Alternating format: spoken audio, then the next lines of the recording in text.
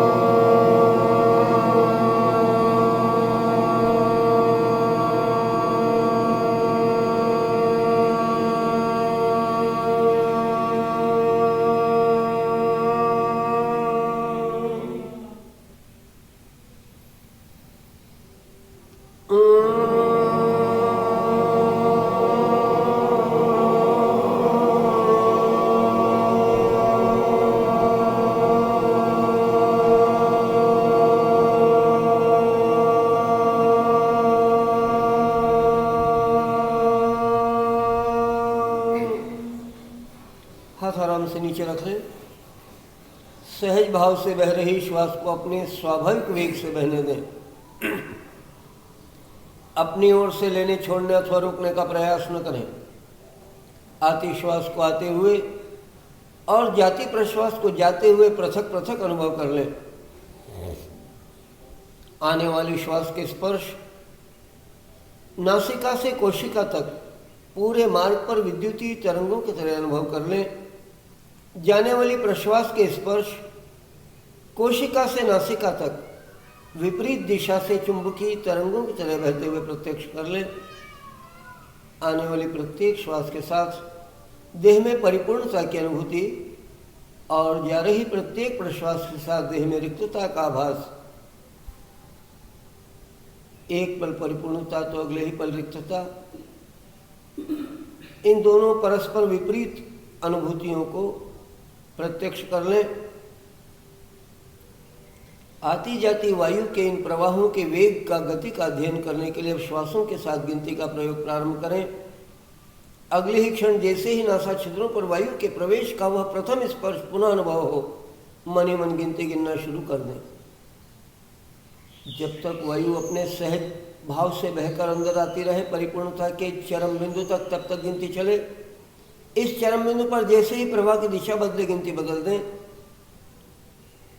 अपने सहज प्रभाव में बहते हुए वायु जब तक बाहर जाती रहे गिनती चलती रहे। रिक्तता के चरम बिंदु तक पुनः पुनः प्रवाह की दिशा बदले, स्वाभाविक रूप से बदल रही, पुनः पुनः गिनती बदले। आने वाली श्वास के साथ पृथक गिनती गिने और जाने वाली प्रश्वास के साथ पृथक गिनती।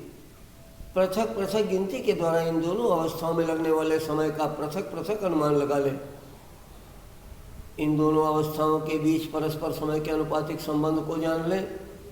अपनी स्वाभाविक श्वसन लय को पहचानें।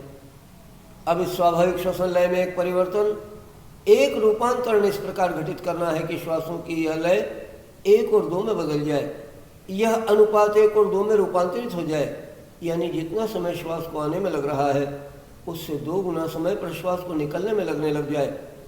और इस उद्देश्य के लिए अब हम अपने प्रश्वास को ध्यान दें। केवल और केवल प्रश्वास से निश्वास बाहर जाने की क्रिया को कुछ इस प्रकार संस्कारित करेंगे। प्रशिक्षित, संयमित, नियंत्रित, नियमित और मंद करेंगे। कि वह उत्तर उत्तर आने वाली श्वास की तुलना में मंद पड़ती जाए और मंद होते होते मंद होते होते मंद होते होते यह इतनी धीमी हो जाए कि आने वाली हर स्वाभाविक श्वास की तुलना में जाने वाली हर स्वाभाविक प्रश्वास 2 गुना समय लेकर ही निकलने लगे। तो अगले ही क्षण जैसे ही नासा छिद्रों पर वायु के प्रवेश का वह प्रथम स्पर्श पुनः अनुभव हो, मन ही मन पुनः गिनती गिनना शुरू कर दें। यह गिनती परिपूर्णता के चरम बिंदु तक चलती रहे।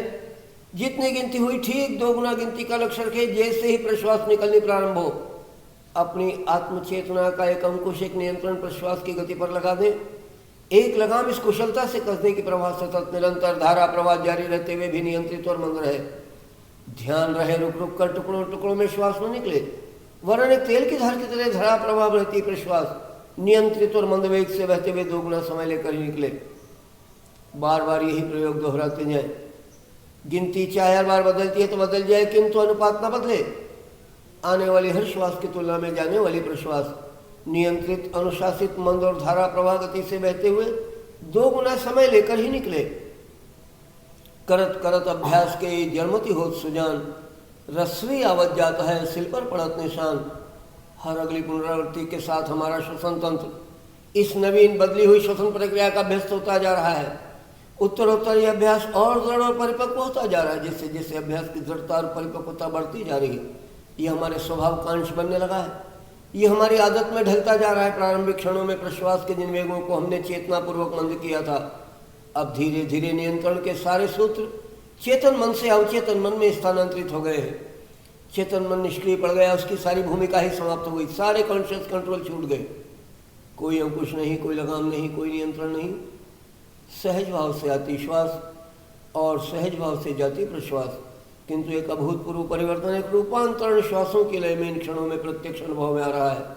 अब आने वाली हर श्वास की तुलना में जाने वाली प्रश्वास स्वानुशासित स्वनियंत्रित होकर मंद हुई है और धारा प्रवाह गति से बहते हुए 2 गुना समय लेकर ही निकलने लगी है।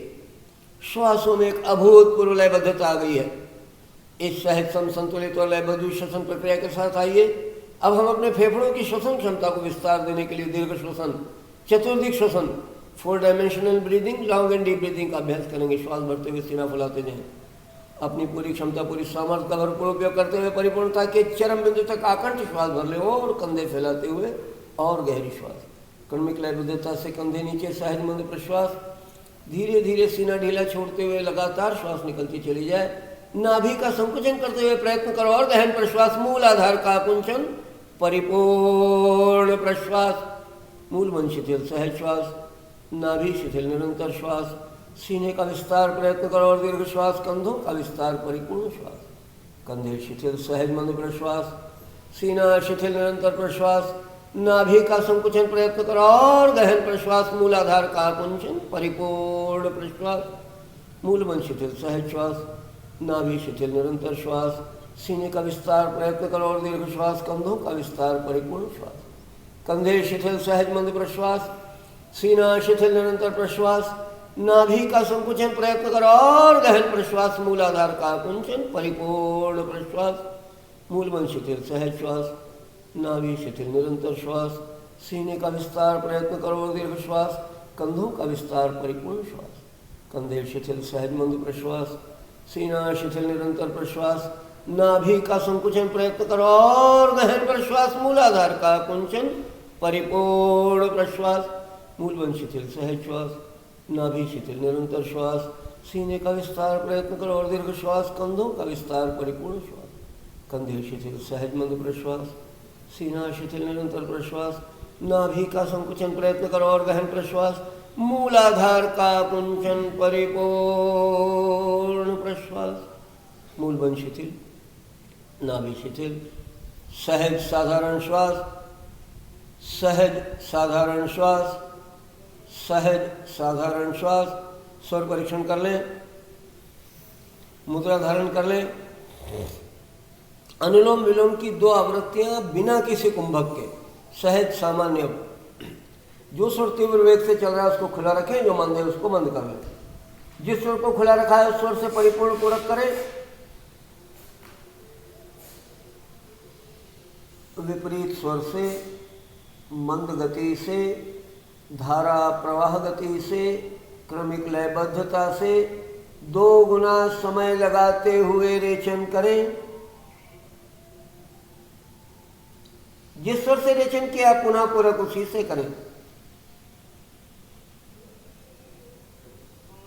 विपरीत स्वर से, मंद गति से, धारा प्रवाह गति से, क्रमिक लयबद्धता से 2 गुना समय लगाते हुए रेचन करें। जिस स्वर से रेचन किया पुनः पूरक उसी से करें। विपरीत स्वर से, मंद गति से, धारा प्रवाह गति से, क्रमिक लयबद्धता से 2 गुना समय लगाते हुए रेचन करें। जिस स्वर से रेचन किया पुनः पूरक उसी से करें। विपरीत स्वर से, मंद गति से, धारा प्रवाह गति से, क्रमिक लयबद्धता से 2 गुना समय लगाते हुए रेचन करें। हाथ नीचे ले आए, सहज साधारण श्वास। ये 2 आवृत्तियां हमने बिना किसी कुंभक के की, सामान्य अनुलोम विलोम। अब केवल आंतर कुंभक के साथ 2 आवृत्ति। पुनः जो स्वर तीव्र वेग से चल रहा है उसको खुला रखें, जो मंद है उसको बंद कर ले। जिस स्वर को खुला रखा है उस स्वर से परिपूर्ण पूरक कर आंतर कुंभक करें, यानी जालंधर बंद और मूल बंद लगाएं।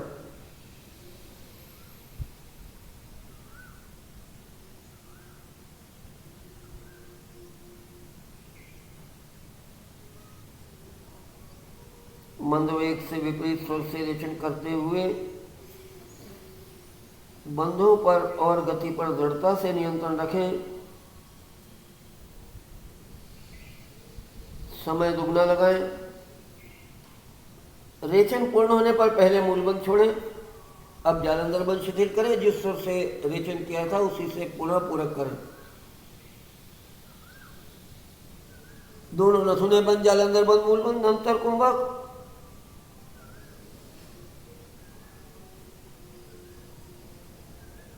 विपरीत स्वर से मंद गति से रेचन, बंधों पर और गति पर दृढ़ता से नियंत्रण। रेचन में सदैव समय दुगना लगाएं। रेचन पूर्ण होने पर पहले मूलबंध छोड़ें। अब जालंधर बंध छोड़े। जिस स्वर से छोड़ा है पुनः उसी से भरे अंदर होके।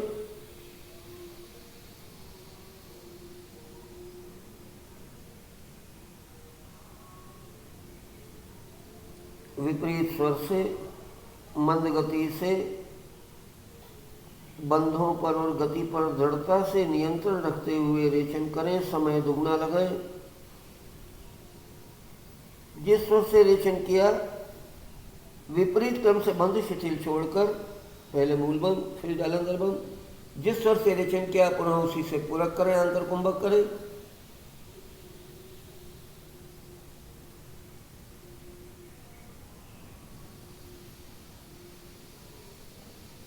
विपरीत स्वर से, मंद गति से, बंधों पर और गति पर दृढ़ता से नियंत्रण रखते हुए रेचन करें। रेचन पूर्ण होने पर विपरीत क्रम से बंध छोड़े, पहले मूल बंद फिर जालंधर बंद। ये 2 आवृत्तियां हमने आंतर कुंभक के साथ की। यहाँ तक कोई समस्या?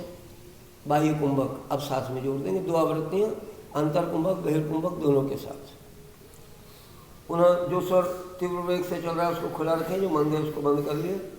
जिस स्वर को खुला रखा है उस स्वर से परिपूर्ण पूरक कर आंतर कुंभक कर रहे हैं, यानी जालंधर बंद और मूल बंद लगाना।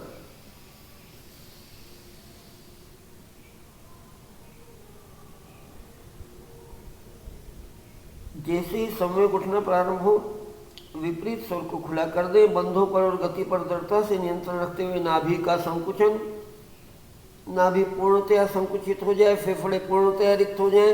दृढ़ता से दोनों नथुने पुनः बंद, उड़ियान बंद लगाकर त्रिबंध के साथ बाह्य कुंभक।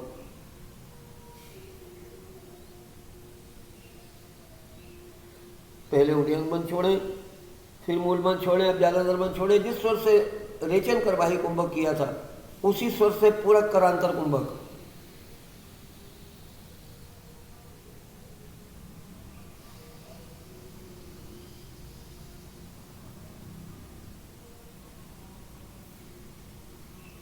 विपरीत स्वर से, मंद गति से, रेचन करते हुए नाभि का संकुचन करते जाएं। बंधों पर और गति पर दृढ़ता से नियंत्रण रखें। नाभि पूर्णतया संकुचित हो जाए, फेफड़े पूरी तरह रिक्त हो जाए। दृढ़ता से दोनों नथुने बंद, उड्डयन बंद, त्रिबंध के साथ वायु कुंभक। विपरीत क्रम से बंद छोड़े, पहले उड्डयन बंद, फिर मूल बंद, फिर जालंधर बंद। हाथ नीचे ले आए, अभी अंतराल देंगे। 2 साइकिल करनी है, लेकिन एक साइकिल के और दूसरी साइकिल के बीच में थोड़ा सा गैप। 2-3 लंबे गहरे श्वास।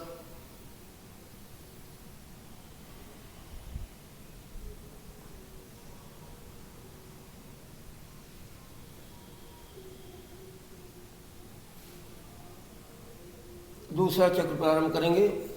पुनः एक स्वर खुला, एक बंद। जिस स्वर को खुला रखा है उस स्वर से परिपूर्ण पूरक करें और आंतर कुंभक करें।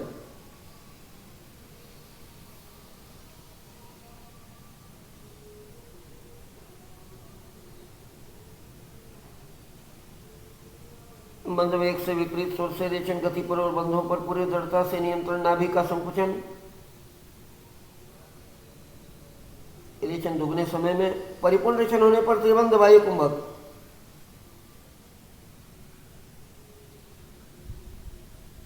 विपरीत क्रम से बंध शिथिल। जिस स्वर से वायु कुंभक किया उसी से पूरक आंतर कुंभक।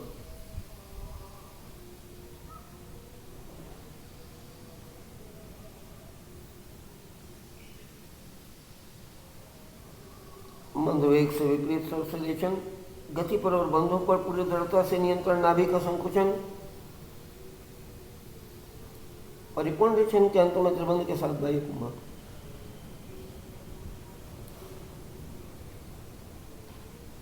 विपरीत क्रम से बंध शिथिल। सहज साधारण श्वास, सहज साधारण श्वास, सहज साधारण श्वास। किसी ने आपसे अगर 8 दिन हो गए, अपने को 1 हफ्ता पूरा हो गया क्लास चलते चलते, कहीं किसी ने पूछा तो नहीं कि 8 दिन में आपने क्या सीखा? आपने खुद से पूछा? 8 दिन हो गए प्राणायाम की क्लास चलते चलते, अनुलोम विलोम पे ही होगी। समझ में आ रही लोगों को जब पहली बार हम ये कहते हैं कि 15 दिन का शिविर रहेगा, तो सब प्राणायाम में 15 दिन आप क्या करोगे? 8 दिन निकल गए, अभी हम अनुलोम विलोम पे टिके हुए। तो इसके आगे की प्रक्रिया तो बहुत, लेकिन बेस है, आधार है। जब तक ये परफेक्ट नहीं तब तक आगे की कोई प्रक्रिया परिणामदायी नहीं। खास करके आज मैं आपको थोड़ा सा डिमॉन्स्ट्रेट करना चाहता हूँ कि उड्डयनबंद की स्थिति, वहीं सारी थोड़ी सी जो नियंत्रण की बात है और थोड़ा जो कंफर्ट फील होना चाहिए, वो तभी हो पाएगा जब उड्डयनबंद परफेक्ट लगे। तो वो मैं थोड़ा सा आपको डिमॉन्स्ट्रेट करना चाह रहा हूँ। मैंने कल से सोचा था ये बात कि आपको थोड़ा इसको, क्योंकि यहाँ गलती करता है प्राय साधक।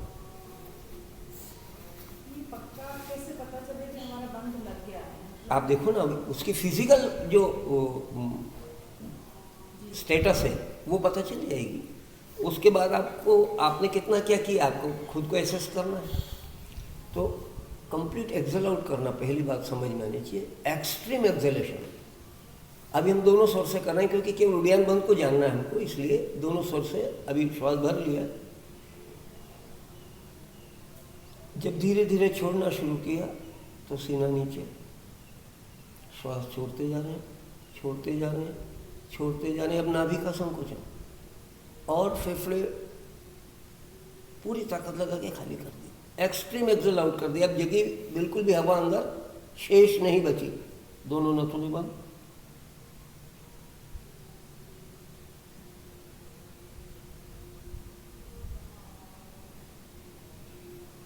ये पूरे विसरल ऑर्गन्स अपलिफ्ट कर देने चाहिए, ये गड्ढा हो जाए यहाँ पेट में। तो एग्जैक्टली आपको वो फीलिंग आएगा जब करोगे आप, तो जो मसल्स में एक कॉन्ट्रैक्शन, अपवर्ड कॉन्ट्रैक्शन, वो तो फील करोगे आप, सभी करोगे। तो इसको एग्जैक्टली ऐसे करोगे, ठीक।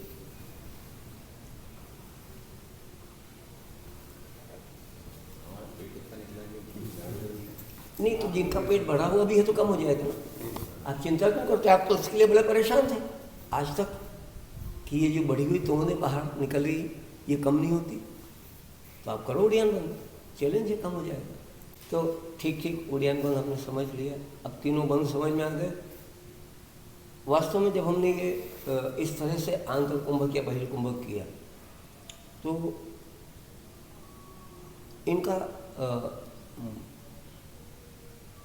एग्जैक्टली परिणाम क्या आ रहा है तात्विक दृष्टि से? तो कल भी जैसे हमने बात की थी अपने नर्वस सिस्टम के बारे में, तो गीता ने मतलब ये तो टाइम टेस्टेड है, ये जो ग्रंथ हैं ये टाइम प्रूवन, हजारों साल हो गए, आज तक कोई उनके विज्ञान को चैलेंज नहीं कर पाया, बल्कि प्रूव होते जा रहे हैं डे बाय डे।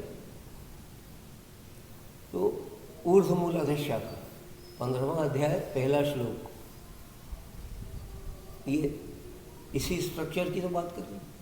ऊर्ध्वमूल अधशाखा, मूल ऊर्ध्व में है और शाखाएं प्रशाखाएं सब दूर विस्तारित है और पूरा संचालन इस चैनलाइज सिस्टम के द्वारा चल रहा है। ऐसे ही प्राणायाम के बारे में स्पष्ट व्याख्या की उन्होंने। अर्जुन को उपदेश देते हुए कहते हैं योगी भव अर्जुन, योगी भव बनो। क्यों बने और कैसे बने? तो प्राण का अपान में हवन करो नित्य प्रति। सच्चा हवन वो है, प्राण का अपान में हवन। अभी प्राण और अपान क्या है, थोड़ा सा आपका विजन क्लियर हो जाए। शरीर में वायु तो एक ही है जो निरंतर श्वासोश्वास के रूप में आवागमन करता है, लेकिन इसके वेग भिन्न भिन्न हैं, गतियां अलग अलग हैं।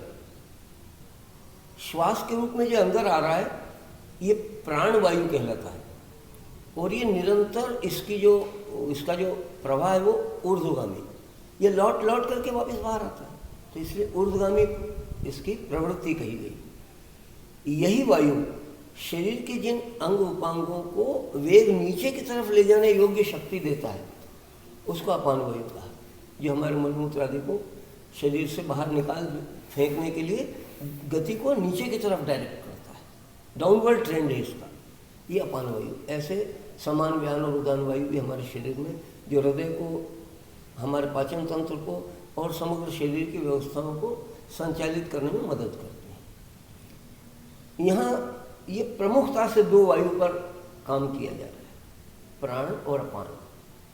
प्राण जो ऊर्ध्वगामी है उसको हमने क्या किया है, अधोगामी किया। इसकी प्रवृत्ति सदैव ऊपर की तरफ आने की, तो हमने नासिका बंद की, जालंधर बंद लगाया, उसको कंप्रेस किया, नीचे जाओ। अपान वायु जो सदैव नीचे की तरफ जाता है, मूल बंद लगाया, उसको ऊपर की तरफ। तो ये दोनों जब मध्य में मिलते हैं तो ये लगभग ऐसी स्थिति जैसे एक दूसरे के अंदर समा रहे हैं। इसी का नाम प्राण का अपान में हवन। तो नित्य प्रति जो प्राण का अपान में हवन करता है वही सच्चा योगी। तो हमने क्या किया है आंतर कुंभक में, यही तो न किया, प्राण का अपान में हवन किया। और उससे एक कदम आगे पतंजलि को अनुसरण करते हुए हमने प्रच्छर्दन विधारण भी किया, पूरा बलपूर्वक निकाल दिया, एक्सट्रीम एक्सेल आउट कर दिया और बाहर रिटेन कर दिया। तो ये चित्त को शून्य कर देता है, या यानी जैसी वायु की गति वैसी ही प्राण की गति, वैसी ही चित्त की गति। अगर वायु को निरुद्ध करना सीख लो तो अल्टीमेटली जाकर के हम काम किस पे कर रहे हैं, चित्त, अपने मन। अल्टीमेट कमांड हमारा मन तक जा रहा है और उसको रोकना ही, क्योंकि सबसे विकट अगर कोई, सबसे पावरफुल और सबसे अनियंत्रित तत्व अगर कोई हमारी पर्सनालिटी में है तो हमारा ब्रेन। अभी हमारे कमांड में नहीं है और बहुत पावरफुल है। इस पावरफुल एलिमेंट को अगर अपन अंडर अवर कंट्रोल कुछ कर सकें तो अनेक उपलब्धियां जो असंभव सी दिखती हैं वो भी संभव हो जाती है। तो कहावत भी इसीलिए मन के हारे हार, मन के जीते जीत। मन पर जिसने विजय पा ली वो सारी दुनिया को जीत सकता है। तो हमने अभी केवल अनुलोम विलोम ही सीखा है, लेकिन परिणाम कितने गहरे हैं उन सबके। यहाँ से अगली प्रक्रिया की शुरुआत होती है। हमने कल पूरे तंत्र के, चक्रों के तंत्र के बारे में बात की थी, और जो सबसे निचला केंद्र है वहाँ प्रगाढ़ निद्रा में सो रही कुंडलिनी शक्ति, ऊर्जा का वैकल्पिक स्वरूप। वास्तव में हम अभी श्वासोश्वास जो चल रहा है वो किस लिए चल रहा है? निरंतर बॉडी को एनर्जी मिलती रहे, इसलिए ना। हम भोजन कर रहे हैं, हम श्वसन कर रहे हैं, इन सब का परिणाम केवल शरीर को ऊर्जा निरंतर मिलती रहे, निरंतर शरीर में ऊर्जा का प्रवाह बना रहे।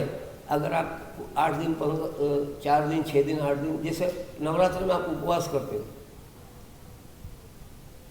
उपवास पूरे होते होते कुछ कमजोरी सी मालूम पड़ने लगती है, क्योंकि जो स्टोर्ड एनर्जी वो भी कंज्यूम होने लगती है।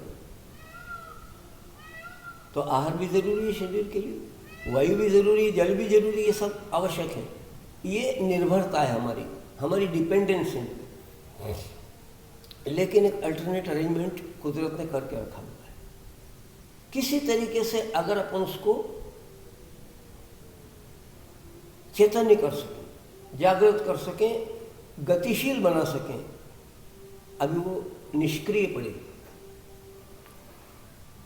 और जैसे सर्पिणी कुंडलाकार होकर के निश्चिंत भाव से सोती है, जब तक उसको छेड़े नहीं कोई, तब तक वो अपनी स्थिति बदलती नहीं। तो ऐसा ये निश्चिंत भाव से एक वैकल्पिक ऊर्जा का स्रोत हमारे अंदर इंस्टॉल्ड है, लेकिन इनएक्टिव है। उसको एक्टिवेट करके अगर इस वैकल्पिक व्यवस्था को हम सक्रिय कर सके तो दास्ता मिटेगी। योगी जब समाधिग्रस्त होता है तो न आहार होता है, न वायु का कोई रेचन पूरक होता है,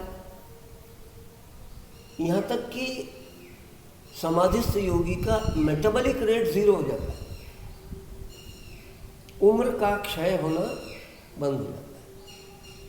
एक पौराणिक कथा है, अक्सर मैं उसको इसलिए सुनाता हूँ कि उससे इसके मर्म का पता चलता है कि उम्र का ठहराव किसको कहते हैं और वो कैसे समाधि में गए हुए साधक को प्राप्त होती है। हालांकि विषय मतलब बहुत दूर की कौड़ी है, मिले न मिले हमको, लेकिन पता तो हो कि क्या क्या उपलब्ध हो सकता है इससे।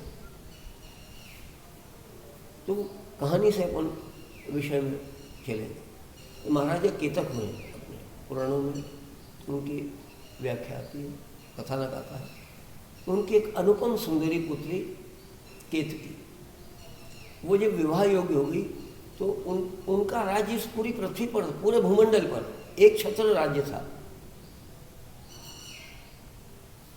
आप सोचो, पूरी धरती पर एक ही राजा, उसने पूरी धरती पर अपनी पुत्री के लिए योग्य वर ढूंढने के लिए सारा जतन कर लिए, लेकिन उसको सफलता नहीं मिली। उस युग में, सतयुग की बात है, उस युग में शासक भी सिद्ध हुआ करते थे, साधक हुआ करते थे। पिता पुत्री दोनों निष्णांत, योग में निष्णांत।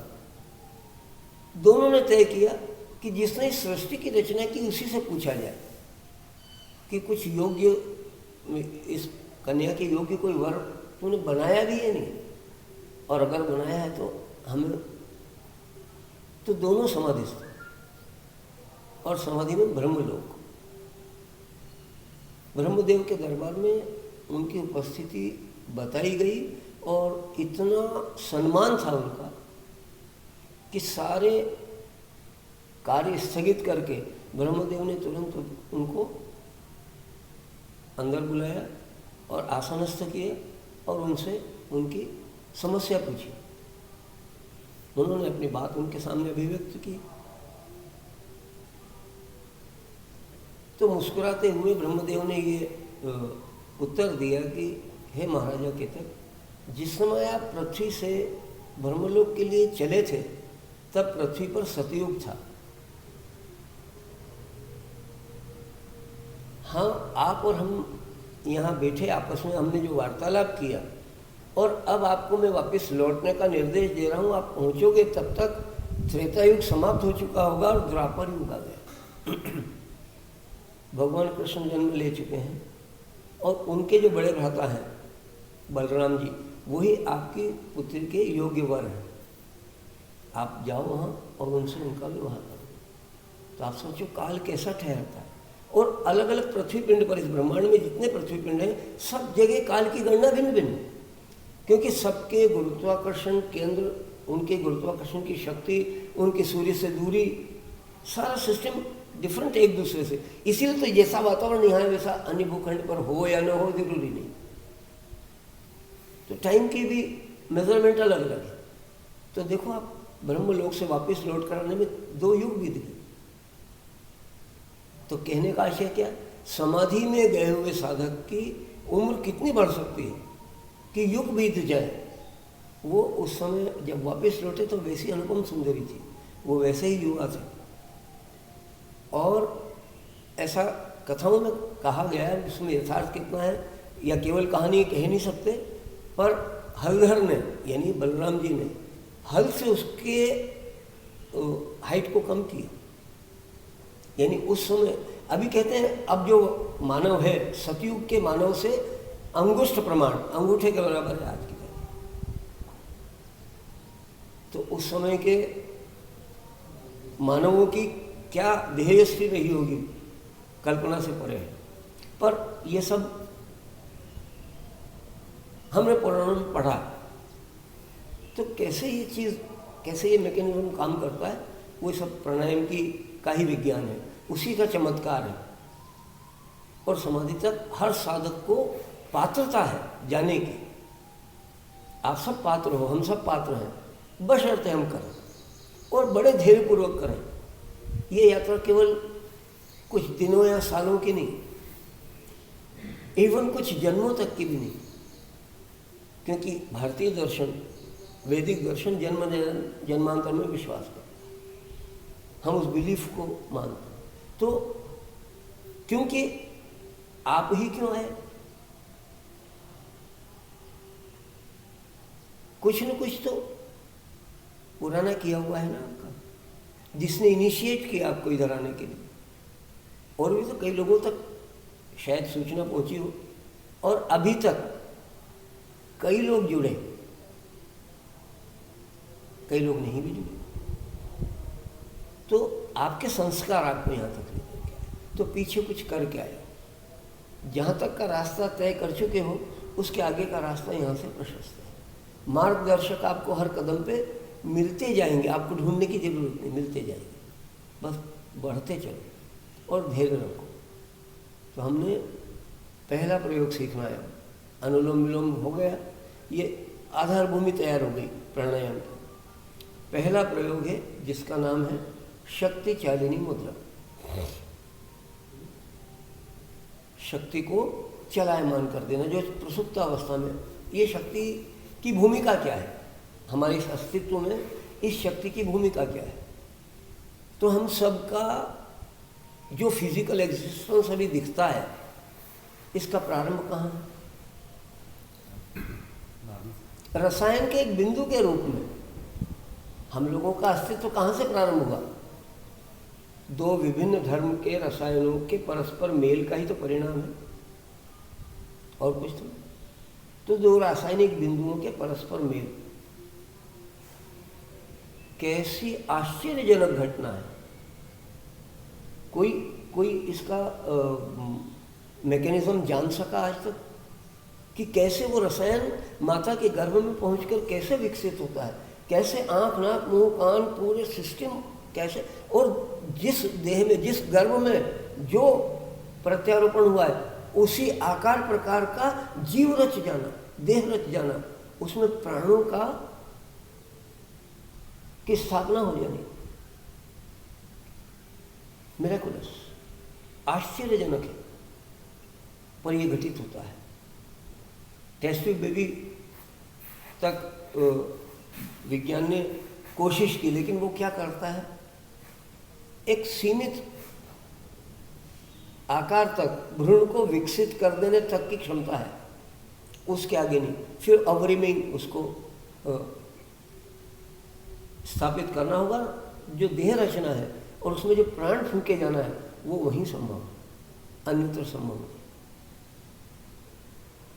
जब तक हम गर्भस्थ हैं तब तक हमारा पालन पोषण और इस देह की रचना, ये सारा काम जो ऊर्जा संपादित करती है वो कुंडलिनी शक्ति है।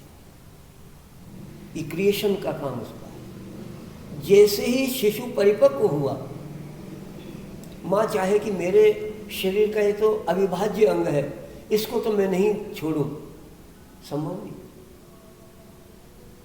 मैच्योर होते ही बाहर आओ, त्यागना ही पड़ता है और कोई संभावना नहीं।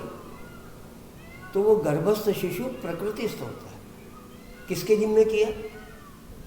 प्रकृति के जिम्मे। अब प्रकृति उसकी माता है, वो उसका पालन करता है। उसके पहले तक पालन पोषण और संवर्धन का सारा जिम्मा जिस शक्ति का था, उसकी अब भूमिका हो गई समाप्त। और ये सारी कहानी जीव मात्र की है। केवल हम इंसानी शरीरों में सब घटना हो रही है ऐसा नहीं है, लेकिन जहाँ ज्ञान है, विवेक है, बुद्धि है, वहाँ उसके प्रति चेतना जाती है। और जहाँ बुद्धि विवेक ज्ञान नहीं है, वहाँ वो सोई पड़ी रहती है, प्रसुप्तावस्था में, प्रगाढ़ निद्रा में। क्योंकि जन्म जन्मांतर की नींद है। अभी तक जाने कितनी बार उसने देह रची होगी, उसको प्रकृतिस्थ किया होगा और फिर सो गई। कोई बहुत गहरी नींद में सोया हो और उसको जगाना हो, क्या करना पड़ेगा? आप कॉल बेल बजाते रहो, कोई असर नहीं था, सुनाई नहीं देता। दरवाज़ा खटखटाते रहो, आवाज़ लगाते रहो, फिर क्या करना पड़ेगा? एग्जैक्टली उसके निकट चले जाओ बिल्कुल, और पकड़ करके झकझोर दो। जब तक निकटता नहीं होगी तब तक जागृति संभव नहीं। निकटता के लिए जो जो बीच में है सबको हटाते जाओ। निकट तो वही हो सकता है ना, जब तक आप स्पर्श नहीं कर लो, छू न लो, तब तक निकटता कैसे? तो अगर उस कुंडलिनी शक्ति के निकट जाना है तो उसके बीच में जितने माध्यम हैं उनको सबको विदा करना है। तो सबसे बड़ा माध्यम तो वायु है। आपके और उसके बीच में वायु मौजूद है, उस वायु को विदा कर देना, यानी बाह्य कुंभक। सीधी सीधी बात है, बाह्य कुंभक में उसको झकझोरना। तो कहाँ अवस्थित है ये हमने संकेत कर दिया आपको कि रीढ़ के आखिरी छोर पर वो कुंडलाकार होकर सोई हुई है। उस क्षेत्र को प्रभावित काहे से करते हैं हम? अपान वायु को ऊर्ध्वगामी काहे से करते हैं? रेक्टाइल कॉन्ट्रैक्शन, रेक्टाइल मसल्स का कॉन्ट्रैक्शन करते ही वो क्षेत्र प्रभावित होता है, वहाँ हलचल शुरू हो जाती है। इस हलचल को वायु विहीन स्थिति में जब हवा पूरी तरह बाहर निकाल दी, एक्सट्रीम एक्सेल आउट कर दिया, तीनों बंध लगे हुए, अब वायु शून्य अवस्था, उस अवस्था में मल द्वार की मांसपेशियों को पूरी ताकत लगा करके जोर से धक्का मारना होगा। हमने एक्सेलेशन करने के लिए कॉन्ट्रैक्शन किया था, लेकिन जब कंप्लीट एक्सेल आउट कर चुके तब उस पर उतनी ताकत नहीं है। जब कंप्लीट एक्सेल आउट कर चुके तब केवल रिटेन किया, वायु अंदर है ही नहीं। इस समय मूल बंद लगाना पूरी ताकत से, बल्कि एक धक्का लगाना, मांसपेशियों से ऊपर एक धक्का लगाना और छोड़ देना, फिर धक्का लगाना, फिर छोड़ देना, फिर धक्का लगाना, फिर छोड़ देना। ऐसा तब तक करना जब तक आप रिटेन कर सको। आपने एक्सेल आउट कर रखा है, पूरा एक्सट्रीम एक्सेलेशन है, रिटेन कर रखा है, उस समय आप बंद लगे, तीनों बंद लगे, दोनों नहीं तीनों, उड़ियान बंद भी लगा हुआ है, और उस मूलाधार की मांसपेशियों को अपनी पूरी ताकत, सम टोटल एनर्जी एक्युमुलेट करना और जोर से धक्का मारना, फिर छोड़ देना, फिर धक्का लगाना, फिर छोड़ देना। इसके स्टिमुलेशंस, इसकी तरंगें रीढ़ पर टकराएगी जाकर। मस्कुलर कॉन्ट्रैक्शन का सीधा प्रभाव आपकी रीढ़ के आखिरी छोर पर, उसको पकड़ने की कोशिश करो। ये मस्कुलर कॉन्ट्रैक्शन तो केवल जरिया है पहुंचने का, पकड़ना किसको है? वेव्स, जो तरंगें पैदा हो रही अंदर कॉन्ट्रैक्शन के कारण। हमने मस्कुलर कॉन्ट्रैक्शन किया, उससे एक लहर पैदा हुई, एक तरंग उठी, उस तरंग को पकड़ना। वो जहाँ जाकर के टकराएगी रीढ़ से, वही वास्तव में मूलाधार चक्र की वास्तविक स्थिति है। अभी तक हमने चक्रों के बारे में सुना ही सुना है, बहुत बहुत कुछ आकृतियाँ देख रखी है चित्रों में, वो एक कल्पना है। इस कल्पना को कैसे अनुभूति में बदलना, तो उसके लिए प्रक्रिया के सिवा और कोई तरीका नहीं। तो ये पहली प्रक्रिया है शक्तिशालिनी मुद्रा। करना क्या है? अब उसके पूरी प्रक्रिया के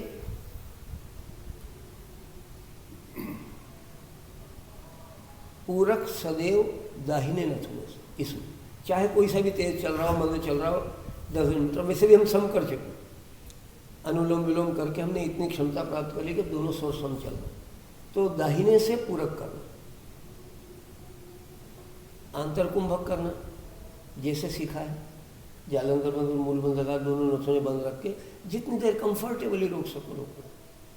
रेचन बाएं नथुने से, रेचन करते समय उड़ियान बंद, त्रिबंध के साथ बाह्य कुंभक। उस बाह्य कुंभक के क्षणों में, चाहे वो अत्यंत अल्प हो, चाहे 2 क्षण के लिए, 1 क्षण के लिए बाहर रुका, उतनी देर रेक्टाइल मसल्स का बलपूर्वक कॉन्ट्रैक्शन और रिलैक्सेशन, कॉन्ट्रैक्शन रिलैक्सेशन, इतना करना है। मेरी बात ठीक ठीक समझ में आ रही है? ये उस शक्ति को चैतन्य करने में अहम भूमिका है। और अभी पहली बार में तो हम केवल अगर रिकॉग्नाइज भी कर पाए कि मूलाधार चक्र यहाँ है, एग्जैक्टली उसकी लोकेशन पहचान पाए, उसको लोकेट कर पाए, तो बड़ी उपलब्धि। फिर उसका संचालित करना तो निरंतर जतन करने का विषय है, लगातार अभ्यास करना पड़ेगा। पर प्रयोग समझ में आ गई, प्रक्रिया समझ में आ गई करने की।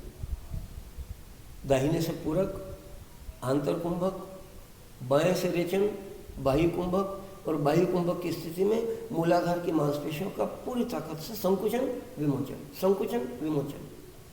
जितनी देर कंफर्टेबली श्वास रुके, न रुके, क्रिया समाप्त। विपरीत क्रम से जैसे अभी तक छोड़ते आए हो बंद वैसे छोड़ना।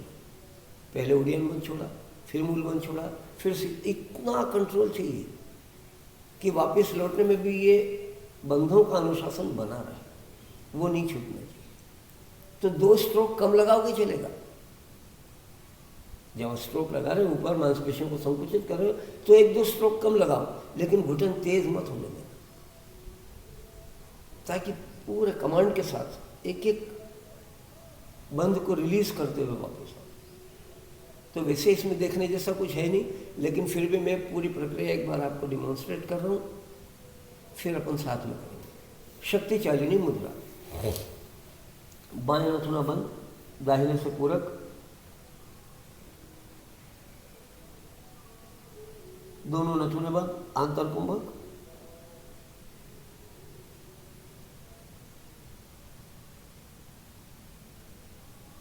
मंद वेग से बाएं से रेचन, गति पर और बंधों पर पूरी दृढ़ता से नियंत्रण, नाभि का संकुचन,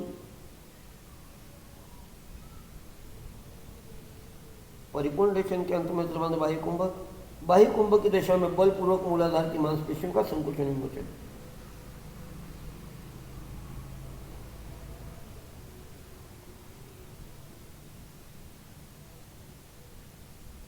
क्रिया समाप्त। पहले उड़ियान बंद, फिर मूल बंद, फिर जालंधर बंद। फॉलो ठीक ठीक समझ में आ गई पूरी प्रक्रिया। तो ये पहला प्रयोग हम शुरू करेंगे। शक्तिशालिनी मुद्रा, बाएं नथुना बंद, दाहिने से पूरक करें, दोनों नथुने बंद करके जालंधर में मूल बंद लगा करके श्वास को भीतर रोकें, सुखपूर्वक रोकें। दोनों नथुने भी बंद होने चाहिए। जब घुटन होने लगे तो विपरीत स्वर से बिना बंद छोड़े रेचन करना शुरू। गति मंद रहे रेचन की, नाभि संकुचित हो, फेफड़े पूरे खाली हो जाए तो दृढ़ता से बाहर रोकें, उड़ियान बंद लगाएं और बार बार मूलाधार का संकुचन विमोचन करें पूरी ताकत से। जितनी देर श्वास बाहर रुका है बार बार मूल बंद लगाएं और छोड़ें, लगाएं और छोड़ें।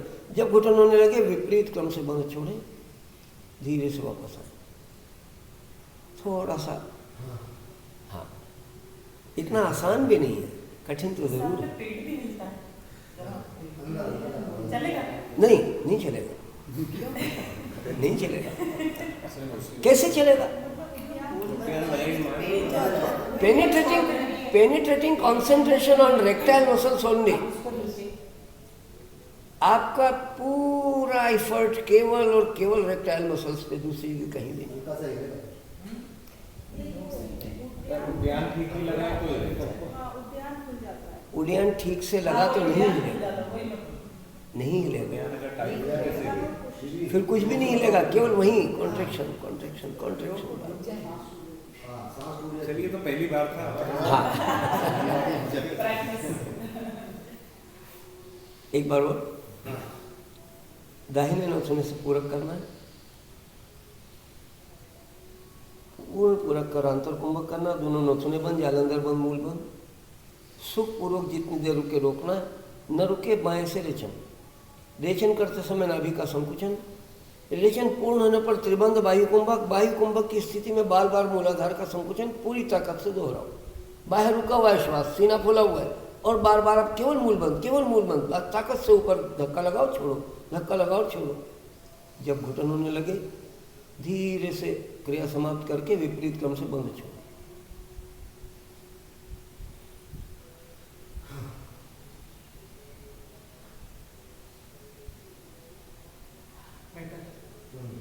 जैसे जैसे आपका कंसंट्रेशन शार्प होता जाएगा, ये कैपेसिटी हमारी है। हम अलग अलग मसल्स को, अलग अलग ग्रुप ऑफ मसल्स को अलग अलग चला सकते हैं। ये है कैपेसिटी हमारी, बस उसको पहचानना है और वहीं पर टारगेट करना है। पूरी अटेंशन वहाँ रहेगी तो और दूसरी मसल्स पर नहीं जुड़ेगी। तो उसी को एक बार और ठीक ठीक बात पकड़ में। दाहिने से पूरक, दोनों नथुने बंद, आंतर कुंभक, जालंधर बंद और मूल बंद। जब घुटन होने लगे बाएं से रेचन, लेफ्ट से रेचन करते समय नाभि का संकुचन। रेचन पूरा होते ही दोनों नथुने पुनः बंद, उड़ियान बंद, त्रिबंध, मूलाधार का संकुचन बार बार पूरी ताकत से दोहराओ। बस बहुत कम समय है हमारे पास, उतनी देर में जितनी ताकत लगा सकते हो, जितना जोर से धक्का लगा सकते हो ऊपर लगाओ, धीरे से छोड़ो।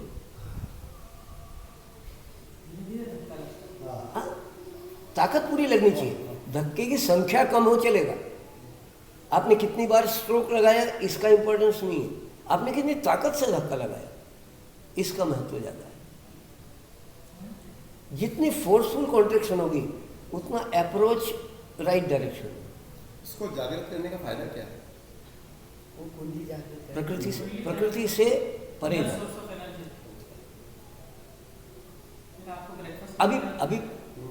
अभी पावर के लिए आप डिपेंड हो नेचर पे, you can go beyond nature.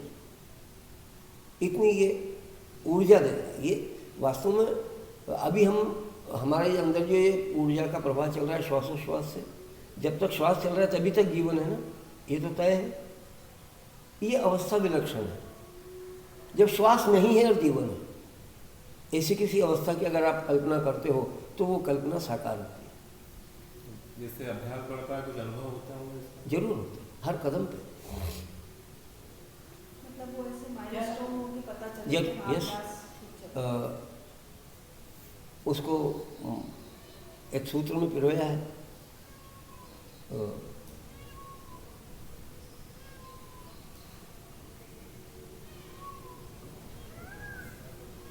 वो सूत्र याद नहीं आ रहा है एकदम से। भाव ये है कि पहले सोपान पर स्वेद पसीना आता है, दूसरे सोपान पर कंप, शरीर में अंदर कंपन होता है, वाइब्रेशंस, और तीसरे सोपान पर प्राण का उत्थान होता है, ऊर्ध्वगामी होता है। तो पहला स्तर जो उसका, उससे स्वेद उत्पन्न होना, देह में पसीना आने लगे, इतनी ऊष्मा पैदा कि पसीना आने लगे, तो वो अभ्यास से आता है धीरे धीरे। और उसको मल लेना चाहिए, जो पसीना उत्पन्न हो उसको पोंछना नहीं, उससे शरीर में दृढ़ता और लघुता आती है। तो समय आज का लगभग पूरा होने को है, लेकिन दूसरा प्रयोग जो हम कल सीखेंगे उसका है इंट्रोडक्शन। पहला क्रम था मूलाधार चक्र का, दूसरे क्रम पर है स्वादिष्ठान चक्र। स्वादिष्ठान चक्र हमारे रिप्रोडक्टिव सिस्टम को कमांड करने वाला सेंटर है, और ये हमारे जेनिटल ऑर्गन्स के ठीक पीछे रीढ़ में है। और शरीर में ऊर्जा के निर्माण की प्रक्रिया कैसे चलती है?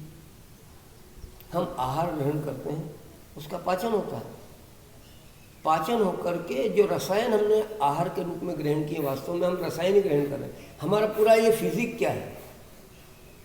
Nothing else the bundle of different chemicals, उसके अलावा थोड़ी कुछ है। रसायनों का पुंज है, अलग अलग रसायनों से अलग अलग टिश्यूज बने, अलग अलग ऑर्गन्स बने हैं, और ये पूरी देह बनी है। और इसलिए इसके पोषण के लिए रसायन की ज़रूरत है। तो जो आहार के रूप में हम ग्रहण कर रहे हैं वो भी रसायन है। तो एक रासायनिक प्रक्रिया शरीर में घटित हो रही है, और उसको कहते हैं शोधन की क्रिया।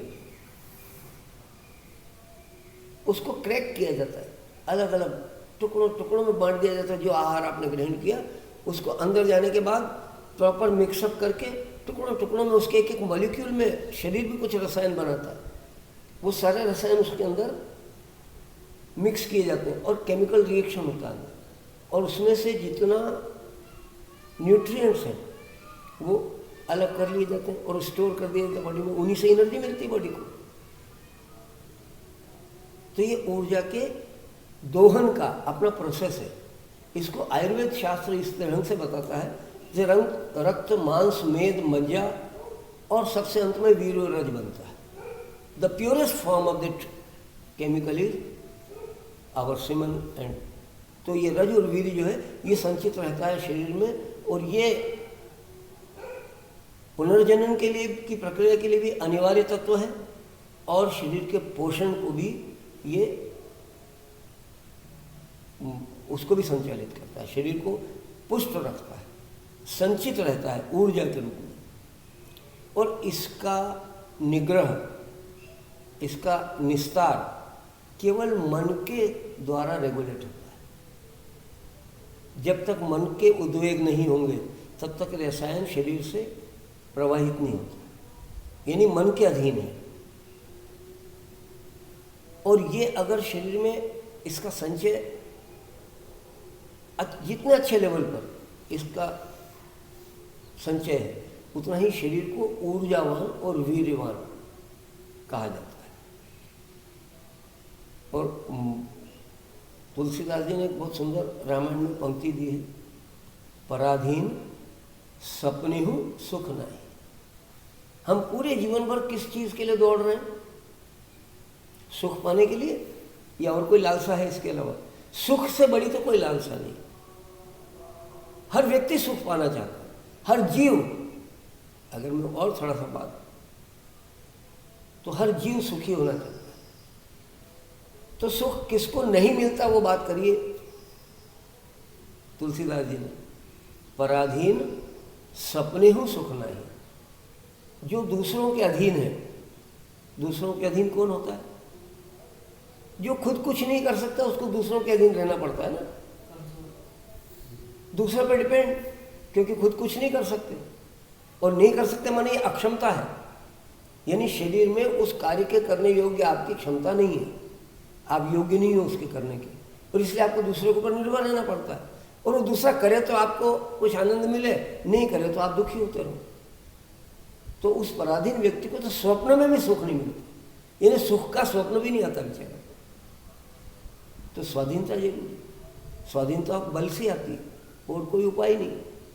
और शरीर में बल संचित होता है रजोर्वीर्य के रूप में। तो इनके निस्तारण की जो प्रक्रिया है उस पर रोक लगा। किस मार्ग से ये हमारे जेनिटल ऑर्गन से बह करके बाहर निकलते हैं उसको रिस्ट्रिक्ट कर देना, उस मार्ग को अवरुद्ध कर देना, बल्कि पंप कर देना उस रसायन को ऊपर की तरफ, अपवर्ड पंपिंग। तो इसमें दूसरी क्रिया जिसका नाम है वज्रोली मुद्रा। क्रिया का नाम क्या है? वज्रोली मुद्रा। वज्र किसको कहते हैं? पौराणिक कथानकों में हमारे यहाँ शास्त्रों में उल्लेख आता है इसका। इंद्र का अस्त्र है वज्र जो है। अभी तो आप लॉकडाउन के दिनों में रामायण और महाभारत और ये सारे सीरियल देख रहे होंगे तो ये कान पे पड़ा होगा शब्द कहीं। वज्र जो है वो इंद्र का अस्त्र है।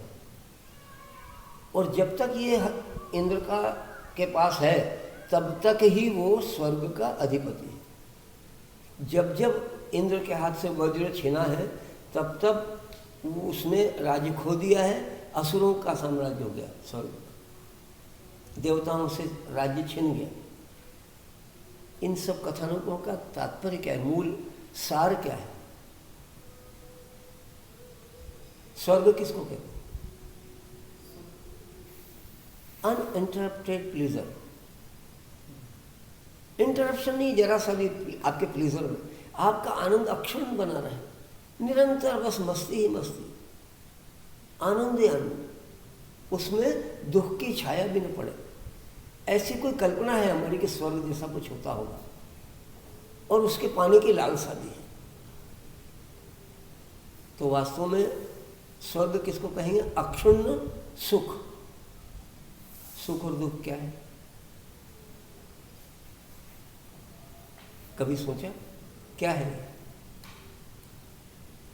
Simply they are the feelings, nothing else. इससे ज्यादा कुछ है? आपको जब प्यास लगी और एक घूंट पानी मिल जाए पीने को, और प्यास नहीं है, मटका भरा पड़ा है आपके, किस काम का? फीलिंग्स, आपकी अनुभूतियां हैं। अनुभव कौन करता है? तो मन ही स्वामी है, यानी मन इंद्र है, और सारी इंद्रियां उसकी दासियां हैं जो उसको सुख की अनुभूति कराती हैं। पर सुख और दुख सहभुआ, साथ पैदा हुए जुड़वा बच्चे, एक आया तो दूसरे ने आना ही है। तो सुख और दुख निरंतर चलते रहते हैं जीवन में, धूप और छांव की तरह। कभी भी अकेला सुख नहीं होता। तो जिसको अक्षुण्ण सुख प्राप्त करना हो तो आप न मरिए, स्वर्ग न जाए। अगर स्वर्ग जाना हो तो मरना पड़ता है, होता है। अरे एक तो कहाँ तो शुरुआत आपने बात की थी कि अजर अमर हो जाना, और अब मरने की बातें करने लगे। अपना मेंटल चेकअप कराओ, कुछ ठीक ठाक है कि नहीं दिमाग। मरे बगैर स्वर्ग नजर नहीं आता, लेकिन वो है तो अवस्था मन की।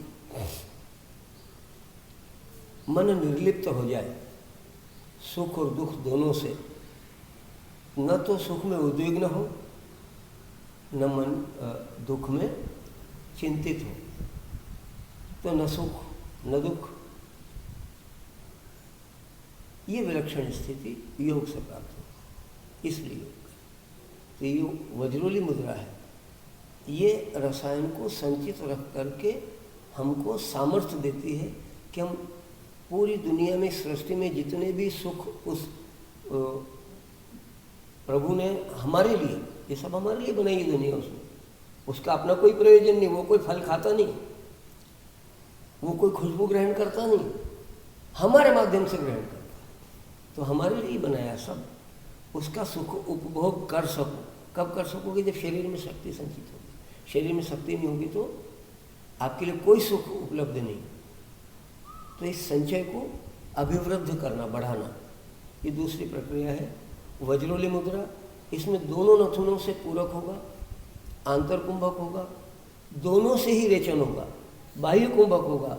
और बाह्य कुंभक की दशा में इस बार, पहले हमने रेक्टाइल मसल्स को कॉन्ट्रैक्ट किया था, इस बार जेनिटल मसल्स को पूरी ताकत से कॉन्ट्रैक्ट करना, रिलीज कर देना, कॉन्ट्रैक्ट करना, रिलीज करना।